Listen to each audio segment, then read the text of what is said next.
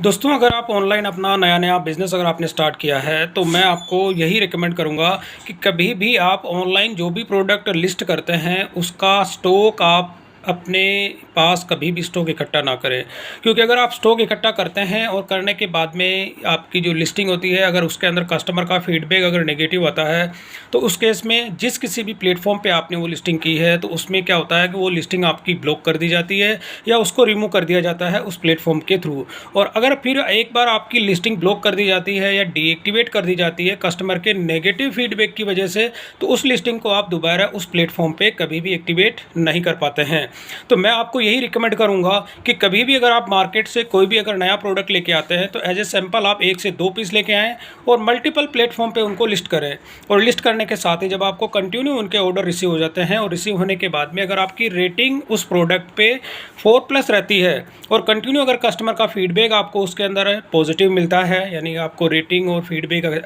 अच्छा मिलता है, तो उस केस में ऐसे प्रोडक्ट की क्वांटिटीज़ जो होती है आप अपने पास स्टॉक करके रखें।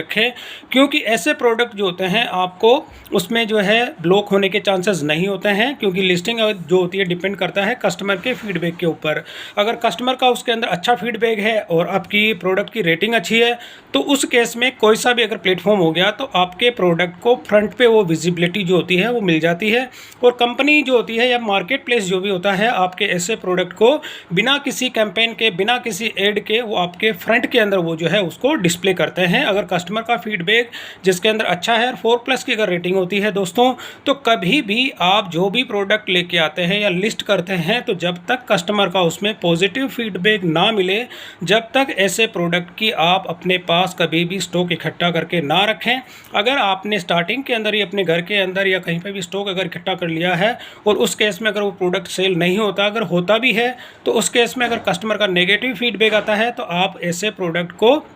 जो स्टॉक इकट्ठा करते हैं उसमें आप अपना पैसा ब्लॉक ही हो गया। क्योंकि उस केस में अगर वो सेल नहीं होगा तो आपका पैसा ब्लॉक हो सकता है। और ऐसे केस में बचने के लिए केवल आपको जो है कस्टमर जो लिस्टिंग आप करते हैं, उस केस में जो पॉजिटिव फीडबैक आता है या 4+ की रेटिंग होती है, ऐसे प्रोडक्ट ही आप अपने पास स्टॉक में रखें। अदरवाइज ऐसे प्रोडक्ट को स्टॉक कंटिन्यू आप अपने उसमें स्टॉक में ना रखें।